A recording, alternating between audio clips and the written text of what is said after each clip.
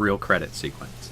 All right, so graphics. Like I said previously, it's kind of hard to rate graphics in this game because it is an episode of South Park. It doesn't have super realistic character models.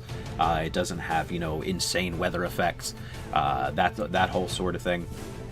But for what it offers for it being an episode of South Park, does it look like an episode of South Park? Yes. Is the game world representative of what you would expect a game about South Park to be about? Yes. Jack, take it easy, buddy. Have a good day at work. So overall, like it's like I said, it's hard to rate graphics in this because it is a game of South Park.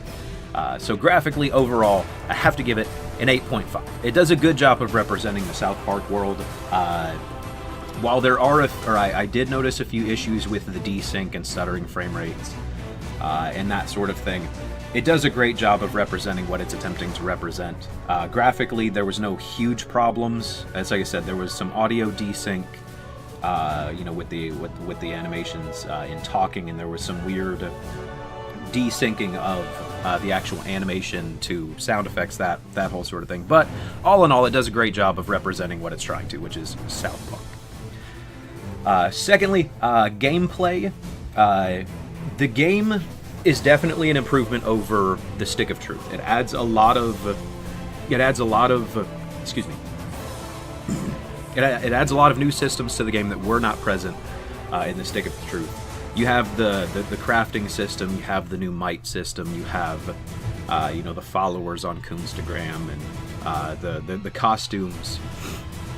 Alright, there were costumes in the first one, I believe. I don't remember. But all of the systems, while they work very well for what they do, none of them are really innovative. The combat has been updated. It's no longer, bare bones basic JRPG style gameplay. But the game takes the comfortable route. It doesn't really take any risks or try to introduce anything new to the genre. But all in all, the gameplay was, fine. Everything that the game intended to do, it did it very well. So, in total, all told, I would have to give the game an 8 graphically. Not graphically, in the gameplay's perspective. There's a lot of new systems, but a lot of them are very basic. They're bare bones. There's not really a whole lot of depth to it. All in all, still thoroughly enjoyed it. Sound design, again, this is one that's going to be hard to categorize. With the few issues that I did have with audio desync or the audio not quite lining up with the animations, those aside, does the game, from a sound perspective, does that represent South Park? They have all of the original voice actors for South Park. The voice acting is still very, very good. The soundtrack is very basic because it's, kind of supposed to be. But in the scenes where there is audio, it's what you would expect from South Park. Again, this is another hard category to break the game down into because they're not attempting to introduce you to something brand new. They're just bringing you into the world of South Park. And does the game do that? Yes, the game does that in the sound area. So I would have to give the game an 8.5 for sound. Does it very well. Didn't feel like it broke from what you expect from South Park at any point. It's good. It is good. Next we have level design. Level design, I actually want to say that I enjoyed this element of the game a little bit more. It absolutely feels like you're exploring the city of South Park. The city of South Park, Colorado is a lot bigger this time around than what it was in the Stick of Truth.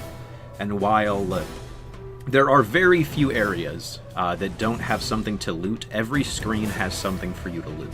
Or almost every screen has something for you to loot. So you actually want to, go into the next house, go upstairs, make sure to check all the bedrooms because you don't know what you're going to find. And a few of the interior locations actually felt a lot bigger than what they appeared to be. Like the police station, they added those few extra layers to it.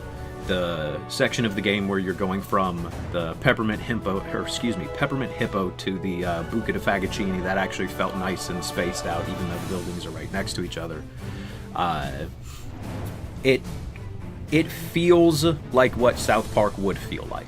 And I think they did a very good job in representing what you would expect the city of South Park to be like in a video game. So for that, I got to give the game a 9. I think it did a very good job in representing that. I would have liked to have seen a little more depth in some of the zones, like Stark's Pond. There's almost nothing going on in Stark's Pond. The Canada Wall, I thought that was a great addition, and if they decide to do a Canada DLC, I'm okay with that. I think that's fine, from my personal opinion. Now the story. The story for this game carries it in every capacity, in my opinion. The story for this game is freaking hilarious. There were times that I was just belly laughing so hard it hurt. There were, a few interesting twists. Nothing monumental or groundbreaking, but there were a few interesting twists in true South Park fashion. There was just a good addition to the story. I think it's definitely a little bit better than The Stick of Truth. I think that they did a better job this time around. My personal opinion, the story is the absolute best part of this game, and you guys know I put a lot of extra weight on the story. So I have to give the story a 9.5 out of 10. Not perfect, because I think that there could have been a little bit more complexity in the story, but still extremely well done. And it's South Park through and through. It's like you get to play through a 20-hour episode of South Park. It doesn't betray that feeling at any point, which I think is just phenomenal to me. Now, all told, there were a few hard categories to rate in this game because you have to rate it for what it is, which is South Park. Like this, graphically, this is not impressive. From a sound design, you expect South Park. From the level design, again, you expect South Park. But all told, I think that the story does carry this game. And since the story is so well done, I honestly feel absolutely confident giving the game an overall 9 out of 10. I know a lot of people feel like the game is not long enough, but I think at 20 hours there's enough entertainment here that it's definitely worth the $60 price tag. If you are a fan of South Park or the humor that South Park provides, absolutely go pick this game up. I feel like I got my $60 worth out of it, and I would happily pay for any DLC. Well, depending on what the DLC is. If they're offering a weapon pack, no. No, I'm not paying for that. But if they're offering new zones, new areas, that whole sort of thing, absolutely. Do 100% think that it is worth the $60 price tag. I personally recommend the game. So if it's something that you would like to pick up, please do, because it's a phenomenal game.